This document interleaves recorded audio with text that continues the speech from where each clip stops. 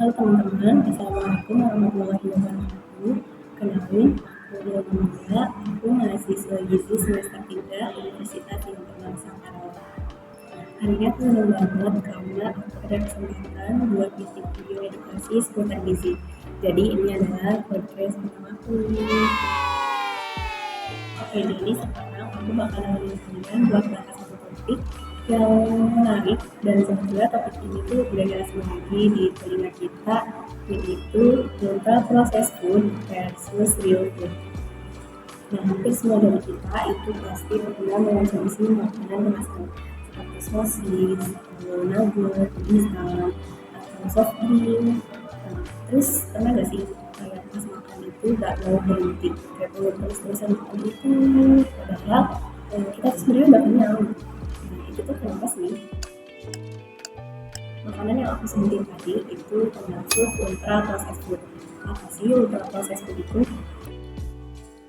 Jadi ultra processed food itu adalah jenis makanan yang diproduksi dengan teknologi tinggi dan ditambah dengan bahan tambahan seperti pewarna, pemanis buatan, pengawet rasa, bahkan pengawet.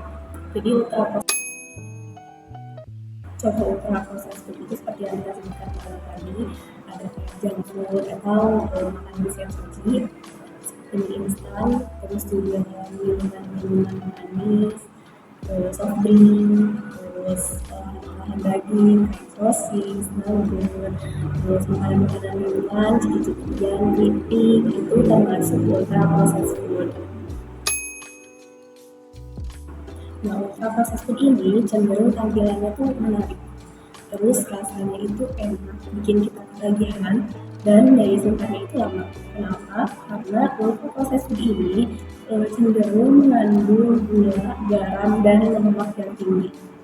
Nah, tapi dibalik secuil benefit, yaitu rasa enak yang kita rasain cuma sebentar, itu ada dampak negatif yang sangat-sangat besar kalau kita terbiasa atau rutin mengonsumsi ultra processed food. Konsumsi ultra processed food yang berlebihan atau bahkan jadi kebiasaan sehari-hari itu berdampak pada kesehatan kita. Berbagai penelitian juga telah menyebutkan bahwa konsumsi ultra processed food itu dapat meningkatkan risiko penyakit seperti obesitas, diabetes, penyakit kardiovaskular, karena ultra processed food mengandung gula, garam, dan lemak yang tinggi. Selain itu juga berbagai zat-zat adiktif yang ditambahkan di dalam ultra processed food.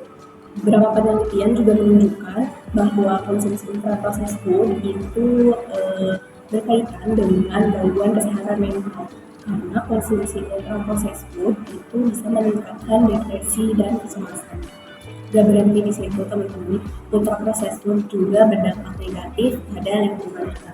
Kenapa? Karena proses pembuatan dari ultra processed food itu sangat tidak efisien dan membutuhkan banyak sekali sumber daya, mulai dari penggunaan air, penggunaan energi. Selain itu, limbah-limbah dari pabrik pembuatan ultra processed food itu merusak ekosistem lingkungan. Belum lagi ultra processed food itu seringkali dikemas dengan menggunakan plastik sekali pakai. Nah, seperti yang kita tahu, plastik itu menjadi masalah besar yang merusak ekosistem baik di laut maupun di darat. Jadi setiap kali kita mengonsumsi ultra processed food, selain membahayakan kesehatan, kita juga telah membahayakan lingkungan sekitar kita. Sebetulnya jawabannya sederhana, yaitu real food atau makanan asli. Mungkin sebagian besar dari kita itu udah gak asing lagi sama istilah real food, karena real food ini juga mulai banyak dibahas oleh influencer-influencer di bidang kesehatan.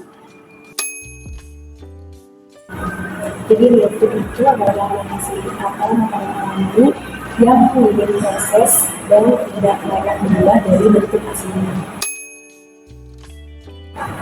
Kenapa solusinya real food? Itu karena makanan ini lebih kaya dari gizi dan lebih mudah dicerna oleh tubuh.